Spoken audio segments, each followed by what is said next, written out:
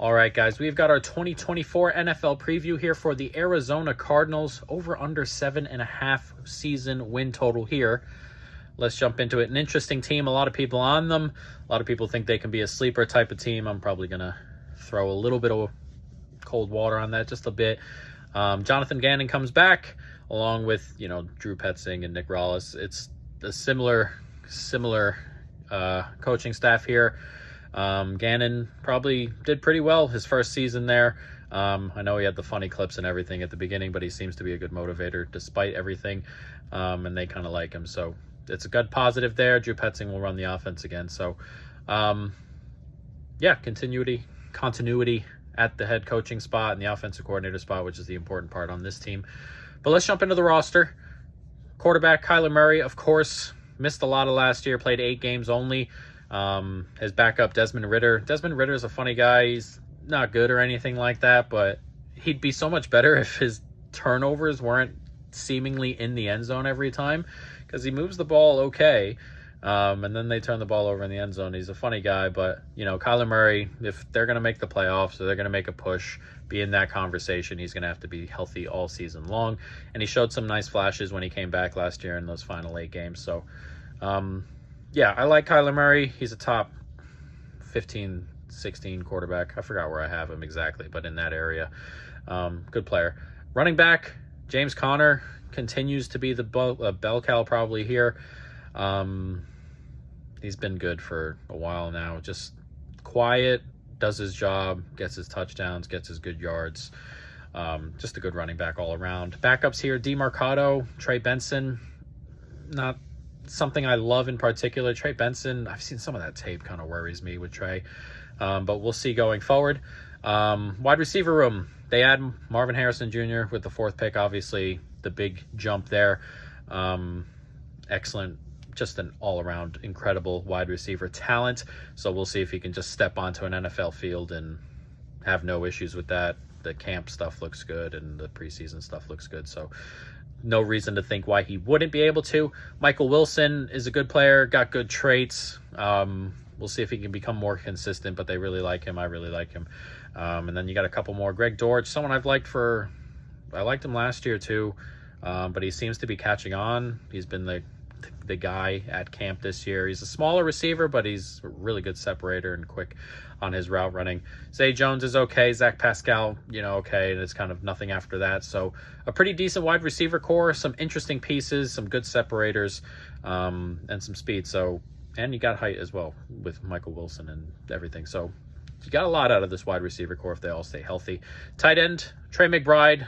He's a good tight end, and he can really take a step and be, up in that, top 8 kind of area if he has a really good season. Eli Higgins after him. There's no real depth here. It's kind of the issue with most of the offense. There's not a ton of depth behind some of these guys, so you want them all to stay healthy. They had a tough time with injuries last year, so hopefully they're a little bit healthier this year. But this is like a Marvin Harrison injury or a Kyler Murray injury away from being like a 4-win team on offense. So it's a worry, but, all healthy and all raring to go. The top line it's a good offense theoretically. If the offensive line plays well enough, we can push them into that top 10 conversation, but they all have to kind of hit their ceiling a little bit. Offensive line, it's okay-ish. Paris Johnson is going to move over to left tackle, and hopefully, he becomes the anchor over there. That's what they want.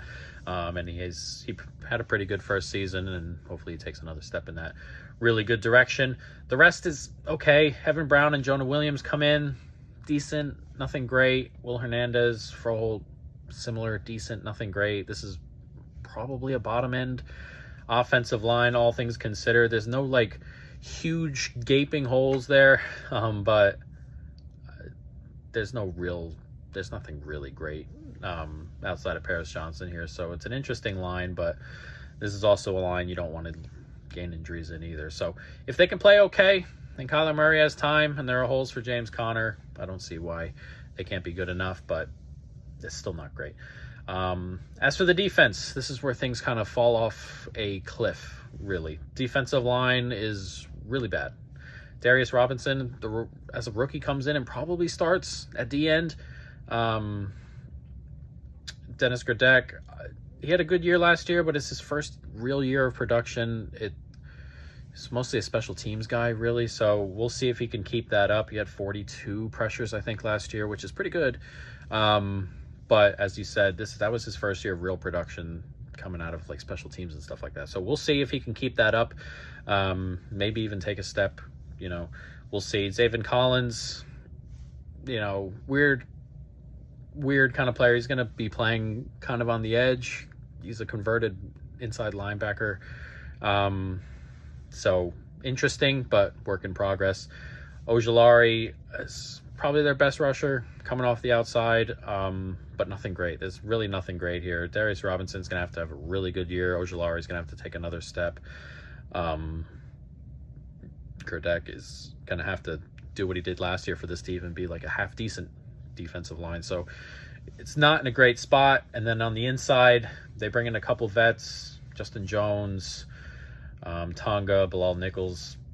But the Nichols and Jones are getting worse. They're vets. They come in, they may be better than what they had last year, but they're kind of getting worse. So there's no real ceiling here. So the defensive line as a whole is not good. Linebacker room, also not good. Kaiser White had a really bad season last year. Chris Barnes had a career season, and it was still really bad. So we'll see. Mac Wilson, limited snaps, but probably played better than both of them on limited snaps. We'll see if he can push his way in. Whether he does or not, I'm not so sure, but the other two have to just play significantly better. Otherwise, we're talking about a bottom 5 linebacker room here as well. And then the secondary is also not great, but probably the best unit. Maybe the safety room. Budda Baker is pretty good. Jalen Thompson are good. They're both good in spurts. It's not super consistent, great play out of those two, but good in spurts. You want them to be consistent and good. They're going to need to be consistent and good. Sean Murphy-Bunting comes in at corner. A decent corner, nothing great. They're going to have a rookie start beside him. Max Melton, second-round pick. Yeah, it's tough. It's tough for a rookie corner to come into the league and play well. At least he's not going to have to be the one. Garrett Williams at nickel is okay. There's really nothing after that. So it's a tough situation. You're going to have, Bunting is okay. Nothing spectacular. A rookie. And then you're going to need the safeties behind them to play well, and that's tough if the corners aren't playing well, the D-line's not getting any pass rush, there's no coverage ability at linebacker. So this is probably the worst defense in the league. It's just how it is, bottom 2 or 3 at least. So I worry. I really do worry. And especially with the schedule. We can take a look at the schedule. First 3 games for the defense are really bad. At Buffalo, Rams, Detroit. Now, regardless of how I feel about the Rams, because I think they're going to have a down year, the offense is still going to be pretty good. It's the defense I worry about over there as well. So that game can end 40-41. But if the defense gives up 100 points in these first 3 games, at Buffalo, Rams, Lions, are you even really surprised? Probably not. Then you got Washington as a buffer. And then at San Francisco, at Green Bay. So it does not get easier. So I worry that the Cardinals defense could be giving up, 200? 150 points? What is that? Not 200. 150 points? 150 points in the first 6 weeks? It's a lot. It's a lot. It's a lot of good offenses and a really bad defense that's not going to have any time to adjust, really. Then you get the LAC, I've read Clippers, Chargers, at Miami, Chicago, Jets before the bye. Another really bad stretch. So there are like 2 games you sit here, Washington, Chargers at home, where you're like, man, we can go out and really compete. And then you have some of these games, man. At Buffalo, at San Francisco, at Green Bay, at Miami.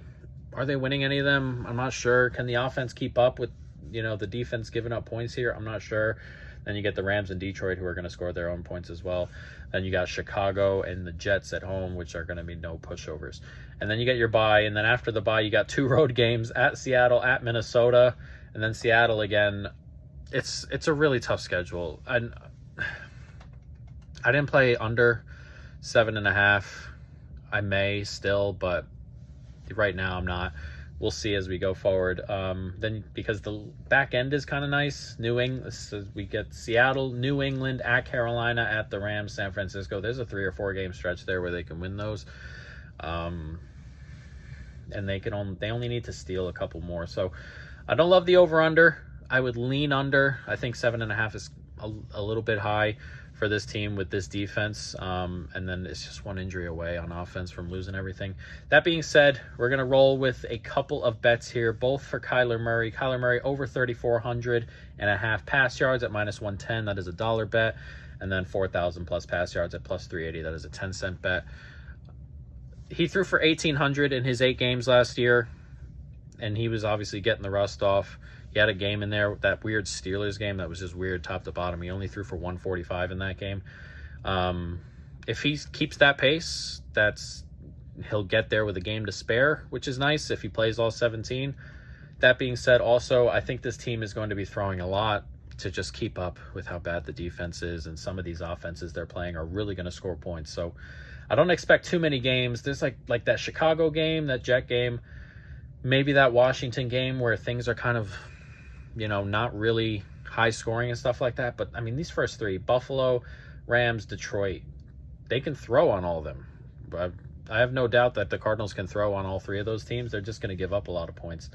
And there are a variety of teams like that. I mean, at San Francisco, you play San Francisco twice. At Green Bay, they're going to be able to move the ball. At Miami, you expect Miami to be able to move the ball.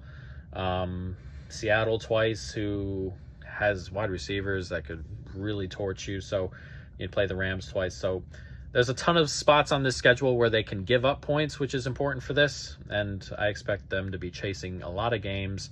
And with a healthy Kyler Murray, why not throw the football? So there we go. We like those 2. And that is our 2024 preview of the Arizona Cardinals.